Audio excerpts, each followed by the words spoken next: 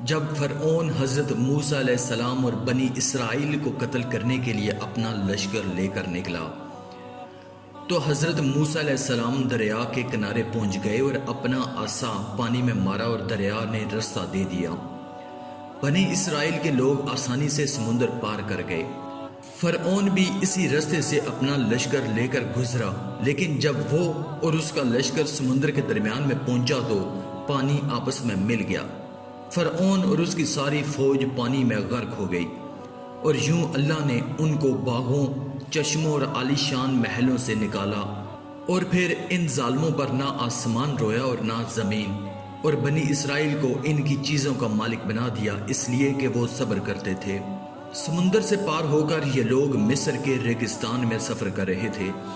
اللہ تعالیٰ نے انہیں دھوپ کی تکلیف سے بچانے کے لیے بادل کا سایہ کر دیا اور ان کے کھانے کے واسطے من و سلوہ بھیج دیا۔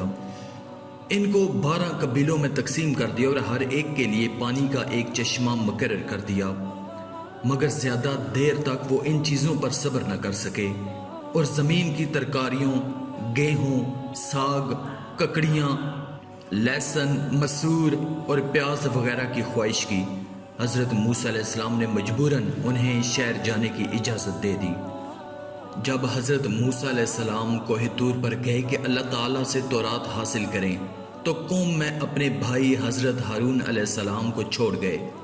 موسیٰ علیہ السلام کے جانے کے بعد ان کی قوم نے سونے چاندی کا ایک بچڑا بنا لیا اور اسے پوجنا شروع کر دیا۔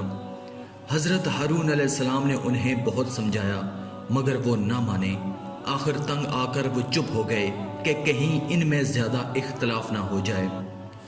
کوہ طور سے واپس آ کر حضرت موسیٰ علیہ السلام نے ان لوگوں کو بتایا کہ تم نے بہت برا کیا۔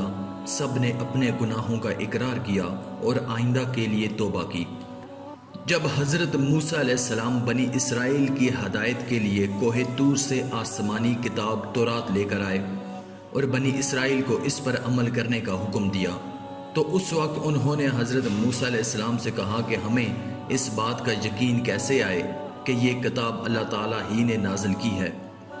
اس پر اللہ تعالیٰ نے حضرت موسیٰ علیہ السلام سے فرمایا کہ وہ قوم سے سر نمائندے منتخب کر کے انہیں کوہ طور پر لے آئیں۔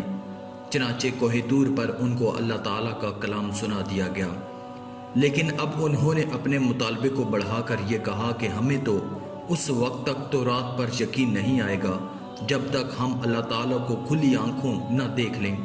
ان کے اس غلط مطالبے کی وجہ سے بجلی کی کڑک نے ان کو آ لیا، جس نے زلزلے کی کیفیت پیدا کر دی اور وہ سب بے ہوش ہو کر گر پڑے۔ اس کے بعد اللہ تعالیٰ نے ان کو دوبارہ زندہ کر دیا کہ پھر ایسی بات زبان سے نہ نکالیں گے۔ ایسے ہی ایک بار حضرت موسیٰ علیہ السلام نے ان سے ایک جانور کی قربانی کرنے کو کہا تو اس پر بھی انہوں نے بہت حیل و حجت شروع کر دی اور جانور کی صفت کے بارے میں فضول سوال کرتے رہے۔ آخرکار بڑی مشکل سے انہوں نے ایک جانور کی قربانی کی۔ آپ نے قوم سے فرمایا کہ اللہ تعالیٰ نے تم میں نبی پیدا کیے اور تمہیں فرعون سے آزاد کیا۔ اب تم ہمت کر کے ملک شام پر حملہ کرو، اللہ تمہیں ضرور کامیاب کرے گا، اور اگر تم نے بزدلی سے کام لیا تو ضرور نقصان اٹھاؤ گے۔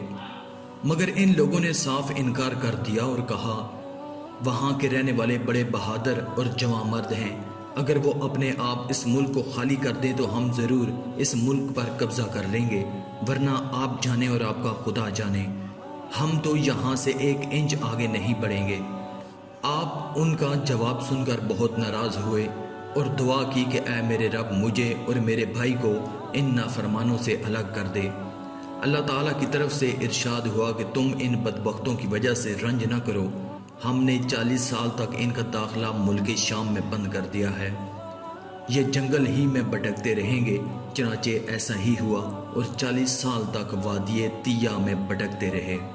دوستو، اللہ کے دشمن ہر دور میں موجود ہوتے ہیں، بس کامیاب وہی لوگ ہوتے ہیں جو ثابت قدم رہتے ہیں۔